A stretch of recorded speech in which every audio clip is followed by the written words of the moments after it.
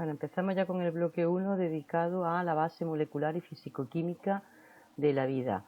Aquí vamos a estudiar básicamente la composición química de los seres vivos y esto nos lleva al concepto de bioelementos y biomoléculas. Empezando con los bioelementos, pues esto nos lleva a la tabla periódica, a la química, ¿verdad? Y aquí coloreados aparecen los elementos que han sido seleccionados por la vida para formar parte de sus moléculas. En azul tenemos los elementos básicos, los que se conocen como los ladrillos, con los que están formados las principales moléculas. Son el carbono, hidrógeno, oxígeno, nitrógeno, fósforo y azufre. En naranja tenemos los bioelementos que aparecen en menor proporción, se conocen como secundarios, tienen que estar presentes en todos los seres vivos y cumplen funciones que ya veremos importantes. Y en amarillo tenemos lo que se conocen como oligoelementos, que son elementos químicos cuyas proporciones se requieren en bajísimas proporciones, menos del 0,1%, pero su presencia es imprescindible para el correcto funcionamiento, como iremos viendo a lo largo de los próximos apartados.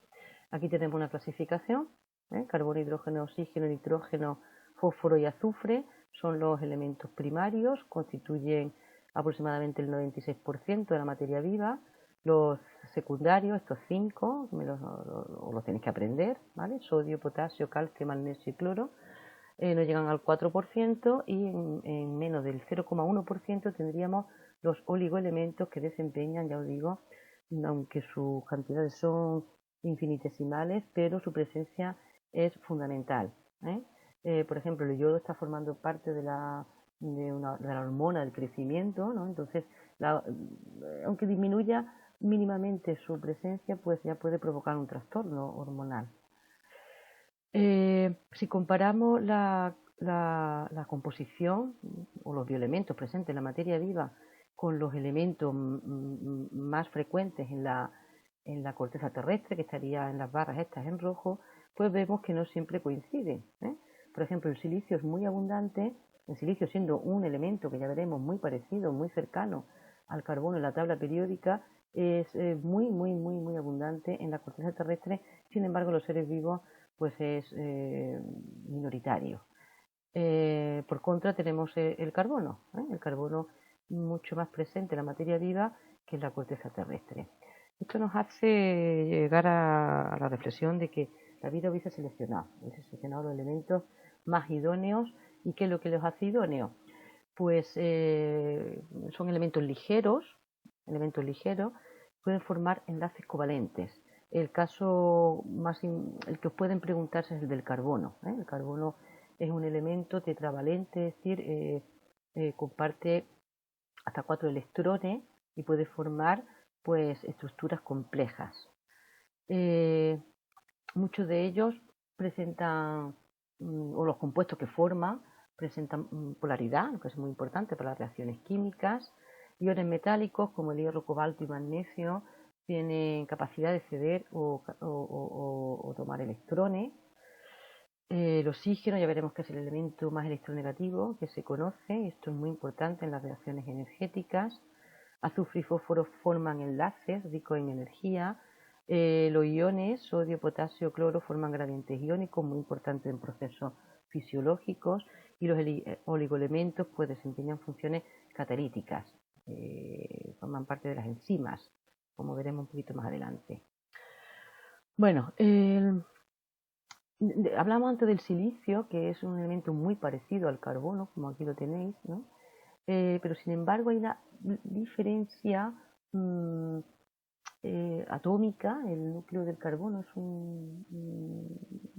pues hay una diferencia ínfima que hace que el carbono pueda formar largas cadenas hidrocarbonadas, esqueletos carbonados, necesarias para formar esas estructuras macromoleculares o moleculares, como son las moléculas orgánicas que veremos, pero estructuras que sean estables para formar esas moléculas complejas, pero tampoco deben de ser totalmente estables como para que no se puedan romper. Es decir, ya veremos que es interesante que estas moléculas pues puedan reaccionar, cosa que no ocurre con las asociaciones que forman el silicio, por ejemplo, con el oxígeno, y forman moléculas altamente estables, inertes prácticamente, como sería el caso de los silicatos, o son minerales que son pues muy estables. Bueno, las biomoléculas serían las moléculas presentes en los seres vivos formadas por los bioelementos. Y tenemos que distinguir entre moléculas orgánicas o moléculas del carbono, más complejas, más energéticas que las inorgánicas, que no tienen por qué llevar carbono, son más sencillas, menos energéticas. Las moléculas orgánicas, pues veremos que arrojan una enorme complejidad, a pesar de estar formadas a lo mejor por moléculas más sencillas, se combinan para formar una gran variedad de moléculas más grandes o macromoléculas. Este término es interesante que os familiaricéis. Polímeros serían macromoléculas formadas por la unión mediante enlaces que iremos viendo de unidades más pequeñas, unidades más sencillas, llamadas monómeros.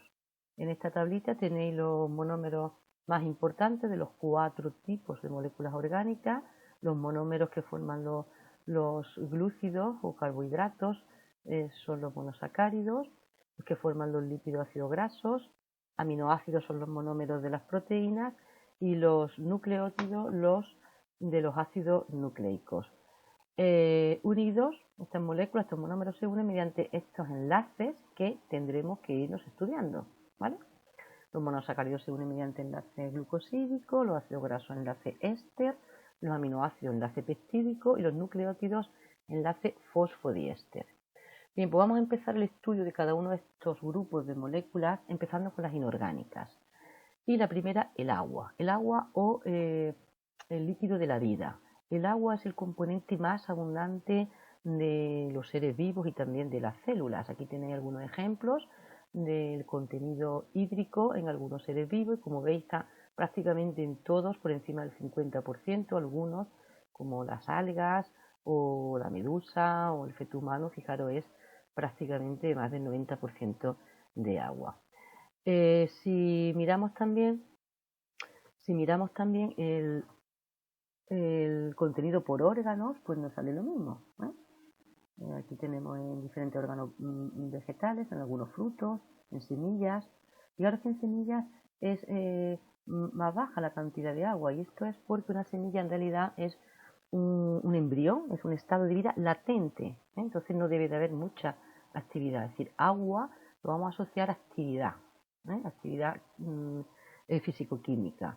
Entonces las semillas, al ser forma de vida en estado latente, pues es ese, digamos, el motivo por el que su contenido hídrico es menor, ¿vale? Si nos vamos a animales, como los humanos, pues nos encontramos lo mismo. La cantidad de agua en el diente, una estructura más inerte, es mucho más baja que la del cerebro, por ejemplo, que es más del 80%, o de los ojos, el 25%, músculos 75%, etc.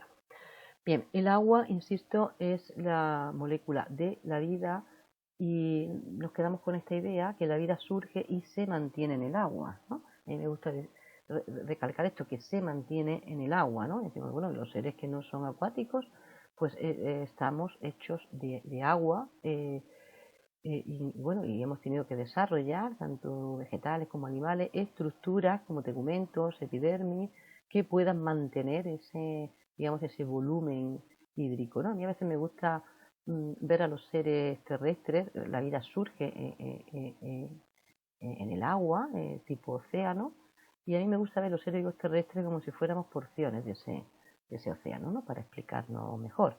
Las células que forman los organismos pluricelulares, aunque sean terrestres, son fundamentalmente agua y están en contacto con ese medio externo de la célula, medio interno del organismo pluricelular, que sigue siendo agua. No sé si me explico. Bien, ¿y qué tiene el agua? ¿Qué tiene el agua? Esto suele caer bastante en exámenes.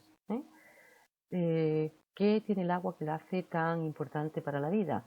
Pues bien, la molécula, cuya fórmula conoceréis, H2O, H2, dos átomos de hidrógeno unido a uno de oxígeno, dicho así, parecería una molécula neutra, que en absoluto lo es. Y esto es debido a esa propiedad del oxígeno que decíamos con anterioridad, un elemento muy electronegativo, que al formar los enlaces covalentes con los dos hidrógenos, los electrones que comparten en ese enlace están más cerca del oxígeno que de los hidrógenos, formando así una estructura polar, ¿vale? La zona del oxígeno tendría carga negativa, mientras que la zona de los hidrógenos tendría carga positiva. Bien, y esta cualidad hace que diferentes moléculas de agua y las zonas positivas se interaccionen con las negativas a través de los denominados puentes de hidrógeno. ¿Vale? Aquí lo tendríamos a modo de resumen. Es decir, digamos, la naturaleza físico-química del agua son estos dos aspectos. Es una molécula dipolar o bipolar o polar, una zona positiva, una zona negativa, y forma puentes de hidrógeno que une esas moléculas. Puentes de hidrógeno que a las temperaturas a las que se da el agua, pues están continuamente haciéndose y deshaciéndose, y es la que le da esa cualidad o esa fluidez al agua, ¿vale?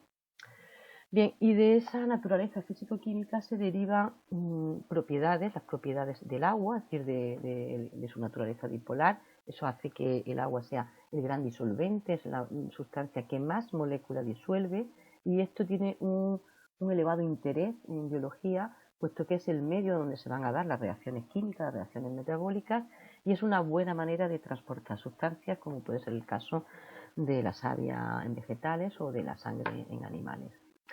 Derivado de los puentes de hidrógeno, nos encontramos con que el agua tiene un elevado calor específico, un elevado calor de vaporización, una elevada fuerza de cohesión interna, una elevada fuerza de adhesión con otras partículas, lo que le permite pues tener estas funciones. Derivado del calor específico elevado, pues el agua es un buen amortiguador térmico. Fijaros que hemos dicho que la mayor parte de los seres vivos estamos formados por agua, pues nos viene estupendamente para amortiguar cambios de temperatura que puede haber en el medio. Es un buen refrigerante. Derivada de la fuerza de cohesión interna, pues tenemos también que el agua es usada como esqueleto con función estructural. La capilaridad es una función también muy importante que permite el ascenso de líquidos por tubos finísimos, como pueden ser los vasos conductores en vegetales. Por ejemplo, el ascenso de la savia bruta, que va del suelo hacia arriba, es decir, en contra de la gravedad, pues en parte puede ascender gracias a la capilaridad. Y hay otra propiedad del agua muy interesante. El agua es que es un líquido muy interesante, y es que en estado sólido es menos densa que en estado líquido, lo que permite la existencia de ecosistemas acuáticos en zonas de climas muy fríos. Aquí tenemos otro resumen con las propiedades y las funciones del agua. Yo no voy a insistir más, pues lo tenéis que estudiar. Ya he dicho que esto suele caer bastante, ¿vale? Bien, disoluciones acuosas. Esto es un poquito de terminología de química, ¿vale? Tenemos que recordar o recuperar. Tenemos que recordar que en una disolución se habla de dos fases, la fase disolvente o solvente y el soluto. El ejemplo más básico de la disolución pues sería, bueno, para nosotros en biología, nuestro disolvente va a ser el agua, como hemos dicho, ¿verdad?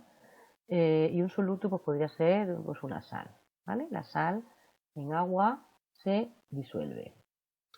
Y a partir de ahí pues tenemos, según cómo se muevan las partículas de disolvente o de soluto, pues tenemos que distinguir estos tres fenómenos: la difusión, la ósmosis y la diálisis.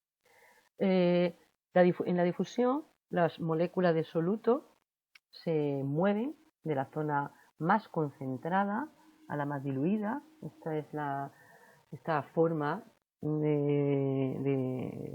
digamos, este fenómeno es el que sucede a través de la membrana. Hay muchas moléculas, por ejemplo, los gases, el oxígeno entra por difusión a las células, el CO2 sale por difusión de las células, atravesando la membrana, de lo más concentrado a lo más diluido. La ósmosis, por su parte, lo que se mueve es el disolvente, es el agua, ¿vale? Las membranas celulares son semipermeables, que es una condición fundamental para el fenómeno osmótico. Membranas semipermeables. Semipermeable significa que permite, digamos, la salida o entrada del disolvente del agua, pero no del soluto. Por aquí creo que tenía un modelo para explicar esto. Aquí está, ¿vale? Digamos que las partículas rojas serían el disolvente, las azules el soluto. Entonces la membrana semipermeable solamente deja pasar el soluto y lo va a hacer desde la disolución más concentrada, perdón, de la más diluida a la más concentrada, ¿vale? Bueno, la diálisis, en la diálisis puede pasar disolvente y soluto para equilibrar concentraciones, pero atención, el soluto que se mueve solamente es aquel de bajo peso molecular, ¿vale? Son moléculas sencillas tipo urea, pero las proteínas que son de elevado peso molecular no atraviesan la membrana que se llama, en este caso, dializadora. Este fenómeno es interesante en las nefronas de los riñones, de tal manera que la orina esté formada por urea, pero no puedan pasar las proteínas de la sangre a la orina, ¿vale? Bueno, aquí tenemos un modelo de disolución, soluto, disolución, y esto sería pues las partículas de soluto se reparten uniformemente. Esto lo vamos a pasar y aquí tendríamos el proceso osmótico, que ya hemos dicho. Se necesita una membrana semipermeable que deje pasar solamente el disolvente, ¿vale? Entonces, cuando ponemos en contacto dos disoluciones de diferente concentración, hiper es elevado, hipo bajo, ¿vale? Una solución hipertónica, una solución, esta disolución, la hipertónica, significa que la concentración es mayor que esta de aquí, a la que le llamaríamos hipotónica, ¿vale? Es importante que sepáis que estos términos hipertónica e hipotónica son términos relativos, es decir, nosotros no podemos decir una disolución aislada. Si yo pongo una disolución, digo esto que la que veíamos antes del agua con el azúcar o con la sal. Digo, si yo echo una cucharada de sal en un vaso de agua, digo, ¿esto qué es, hipertónico o hipotónico? Bueno, pues no me podéis contestar. Necesitamos otra disolución para compararla, ¿vale? Si a la segunda le pongo 2 cucharadas en lugar de una, pues la segunda será hipertónica con respecto a la primera, a la que solamente había puesto una cucharada de sal, que sería hipotónica. ¿Me explico? ¿Eh? Bien, pues ¿qué ocurre cuando ponemos en contacto dos disoluciones de diferente concentración? Una más concentrada y otra más diluida. Solo se mueve el disolvente. ¿De dónde se moverá el disolvente? El disolvente se mueve para igualar concentraciones, ¿vale? Para igualar concentraciones. Con lo cual, en este caso, me gustaría que lo pensarais un poquito antes de darle al clic. Pasaría de la más diluida, el agua pasaría de la más diluida a la más concentrada. Es decir, esto es lo que ocurriría, ¿vale? El que pase mucho o poco agua, ¿de qué va a depender? Pues va a depender de la diferencia de concentración entre ambas, entre las disoluciones originales, ¿vale? Y eso es lo que se conoce como presión osmótica. Este fenómeno es muy importante en biología, en las células, porque fijaros, ¿qué ocurre si ponemos una célula en un medio hipotónico? ¿Vale? Si ponemos una célula, vamos a ponerla aquí, en un medio hipotónico, es decir, el contenido de la célula tiene más concentración que el exterior. Entonces entraría agua, ¿vale? ¿Qué ocurre si ponemos las células en un medio hipertónico? Es decir, fuera de la célula hay más concentración que dentro. Entonces sale agua de la célula para tender a igualar esa concentración, ¿vale? Si las disoluciones tienen la misma concentración dentro que fuera, pues se diría que el medio es isotónico, el medio de la célula es isotónico, ¿vale? Estarían en equilibrio, no pasaría nada. Bien, entonces si colocamos a las células en medio hipertónico, pierden agua. Si las colocamos en medio hipotónico, se hinchan, captan agua. Y esto pues puede tener esto es importante porque dependiendo de la presión osmótica, si la célula pierde muchísima agua, puede llegar a deshidratarse y morir, ¿vale? O lo contrario, si entra mucha agua, y en el caso de células animales puede llegar incluso a estallar, ¿vale? Bueno, pues entonces aquí lo tenemos, es decir, tenemos que distinguir entre células animales y células vegetales. El caso que hemos visto antes, células animales, glóbulos rojos en concreto, ¿vale? En un medio hipotónico puede ocurrir que tome tanta agua, insisto, dependiendo de la presión osmótica, que la célula reviente. Se conoce como lisis celular, ¿vale? Puede ocurrir que se deshidrate hasta el punto de que la célula pues muera. Eso se conocería como crenación, insisto, para el caso de las células animales. En el caso de las células vegetales es muy interesante la pared celular. Recordar que las células vegetales presentan una pared celular que además de la función estructural ejercen una presión de regular los fenómenos osmóticos, porque es una barrera verdadera que impide, o sea, la célula vegetal en un medio hipotónico comienza a hincharse, pero hay un momento que la pared celular le impide que siga tomando agua, ¿vale? En el caso contrario, si ponemos a la célula en un medio, a la célula vegetal en un medio hipertónico, pues aquí sí puede perder, dependiendo, repito e insisto, de la presión osmótica, pues puede perder tanta agua que termine con la vida de la célula, plasmólisis, ¿vale? Este caso, bueno, no lo he mencionado, pero lo pone aquí, cuando la célula vegetal se hincha, ese fenómeno se llama turgencia, ¿de acuerdo? Preguntas de fenómenos osmóticos, casi que ya os digo que caerá una en el examen seguro, la preguntan mucho, ¿vale? Bien, vamos con las sales. Las sales minerales era el segundo grupo de moléculas inorgánicas. En los seres vivos las podemos encontrar precipitadas en estado sólido, cumpliendo función estructural, como es el caso del fosfato cálcico presente en huesos de vertebrados o del carbonato cálcico presente en las conchas de moluscos. Y disueltas, estas son las que más espacio nos van a ocupar, estas son las que se suelen preguntar. Las sales disueltas, pues en sus iones, por ejemplo el carbonato cálcico pues daría iones negativos, aniones, tipo carbonato, y cationes o iones positivos, iones calcio, ¿vale? Con el fosfato pasaría igual, iones fosfato. Aquí tendríamos los iones más comunes, los iones negativos, que se llaman aniones, y los iones positivos o cationes. Bien, las sales disueltas, estos iones, cumplen funciones muy importantes en todos los seres vivos, que las podemos resumir en dos: función reguladora y funciones específicas, ¿vale?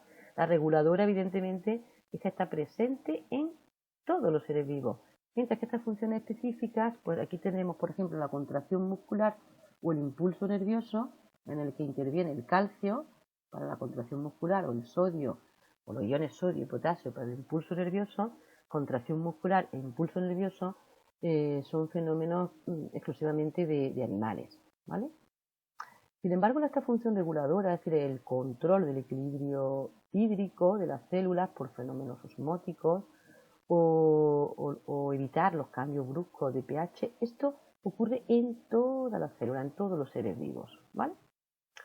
Bien, y es tan importante esta función reguladora que tiene que haber siempre. Estos iones tienen que estar presentes siempre en los fluidos. Hasta el punto que si en un momento dado hicieran faltaran, estas sales en vertebrados se pueden movilizar. Es decir, un hueso, aunque nos parezca una estructura inerte, pero no lo es del todo. Es decir, que si hace falta iones fosfato o iones calcio, pues se puede reabsorber, se puede movilizar, puede pasar a disuelta, y al contrario, ¿vale? Bien, la función reguladora hemos dicho que es la más importante. Aquí es donde nos vamos a centrar. Control del equilibrio hídrico de las células por fenómenos osmóticos, lo que acabamos de ver en el apartado anterior, ¿vale? Esa intervención en la concentración de las disoluciones, ¿verdad? El interior de la célula puede ser hipertónico o hipotónico con respecto a su medio externo, precisamente por la concentración de sales disueltas que tenga.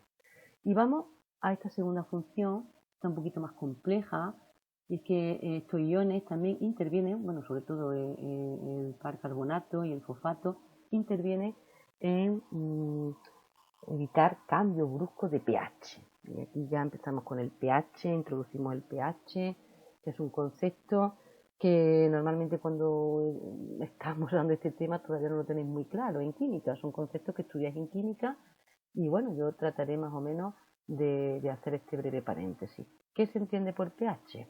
Bien, el pH es una medida de hidrogeniones, ¿vale?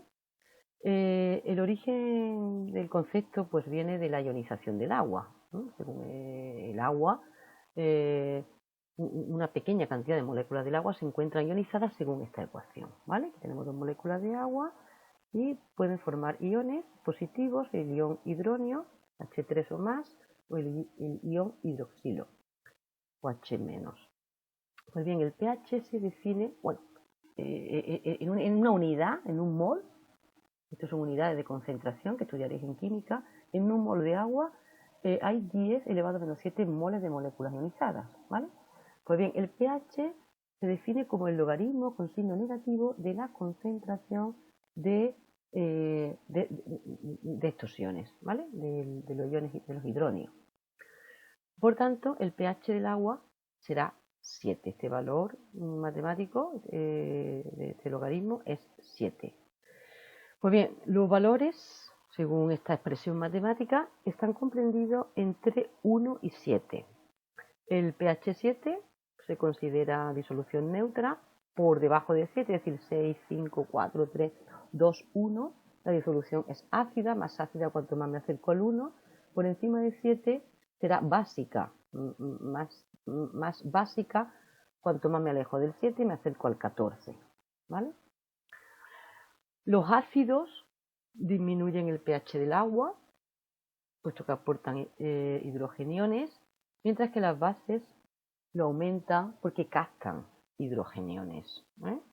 Entonces, en un medio celular en el que están ocurriendo infinidad de reacciones químicas, pues pueden estar ocurriendo, o si no existiera un sistema que regulara el pH, pues como resultado de todas esas reacciones químicas, el pH podría o bien disminuir mucho o bien aumentar mucho, y esto no lo puede permitir una célula, puesto que las enzimas, aunque ahora no recordemos muy bien lo que son, pero ya veremos, lo que son estas moléculas, las enzimas, dejarían de funcionar. Ya veremos y ya adelanto que las enzimas son las responsables de las reacciones químicas en las células, ¿vale? Las enzimas son un tipo de proteínas, estoy adelantando, luego volveremos a ellas, son un tipo de proteínas que hacen posible las reacciones químicas en las células. Para que funcionen bien necesitan un pH, cada enzima tiene un pH óptimo, la mayoría están en estos valores de pH, con lo cual si disminuyera mucho o aumentara mucho el pH, las enzimas dejarían de funcionar. De ahí que sea tan importante los sistemas de amortiguación o de regulación del pH en los que intervienen estas sales minerales. Fundamentalmente el par fosfato actúa más a nivel intracelular y el par carbonato a nivel extracelular. Por poner un ejemplo, pues tenemos que el ion carbonato, si aumentaran los hidrogeniones en el medio, pues el equilibrio se desplazaría hacia la derecha, ¿vale? Se formaría esta molécula, ha captado el hidrogenión, ¿vale? Y en sentido contrario, pues soltaría, la sal soltaría los hidrogeniones si hiciera falta, si el pH o si hubiera déficit de hidrogeniones para mantener ese pH, ¿vale? Es decir, el equilibrio va en un sentido o en otro para garantizar que se mantenga el pH, ¿vale? Es muy importante que sepáis que ahora esto lo estamos diciendo porque estamos estudiando las sales minerales, pero no son las únicas que forman parte del sistema amortiguador de pH, también conocido como sistema tampón o sistema buffer en los sistemas biológicos, ¿vale? Intervienen otras moléculas como aminoácidos y proteínas que veremos más adelante. Y de momento, pues aquí lo vamos a dejar.